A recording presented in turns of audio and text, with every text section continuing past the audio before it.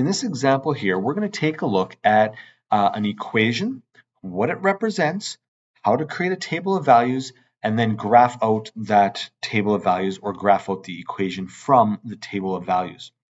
I'm going to start with what do the two variables represent, or how are they related in this specific equation. X minus y is equal to 4. All right, so x and y are variables. They could be any number, but because they are located in an equation together, we know that they are related to each other by some operation. And in this case, that operation is subtracting. Okay, so when we subtract x and y, specifically x minus y, we know that the answer has to be 4. So we could say that x is 4 more than y, right? So if we take an x value and subtract the y value, the answer is 4. So that means that x always has to be 4 more than y. We could also describe it as y is 4 less than x. That works as well. And there would be different ways that we could describe, or we could rearrange the equation to make that make more sense. But this form of the equation, x minus y is equal to 4, definitely gives us the value of that x is 4 more than y. Okay, so now what we want to do is we want to create a table of values. Okay, so that'll be the next slide that will come on. I'm just going to explain it here. We're going to create a table of values that represents this scenario or this relationship where our x value always has to be 4 more than the y value. So when we plot this out, I'm going to use, again, for x, I'm going to use 1, 2, 3, 4, 5. Okay, that's numbers I like to use. You could use negatives if you'd like as well. But you'll notice that the y value is always 4 less. So when x is 1, y is negative 3. When x is 2, y has to be negative 2, and so on and so forth.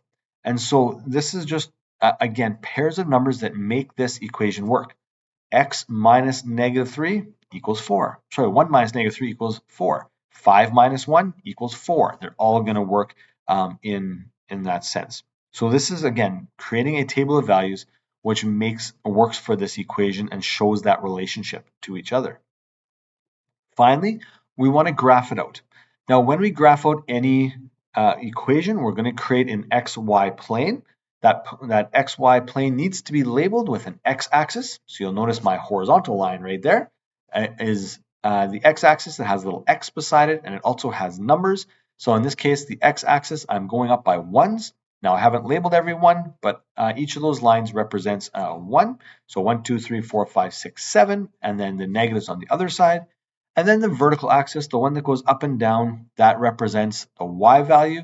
And again, it is labeled with a y on top. It's labeled with arrows showing that it continues forever.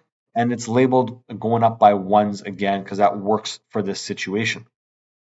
In a different situation, I might need to label by something different or go up by something different. Now we plot those points that we got on the previous slide with the table of values, and when we plot them, they look kind of like this. So we have 1, negative 3, 2, negative 2, 3, negative 1, 4, 0, and 5, 1.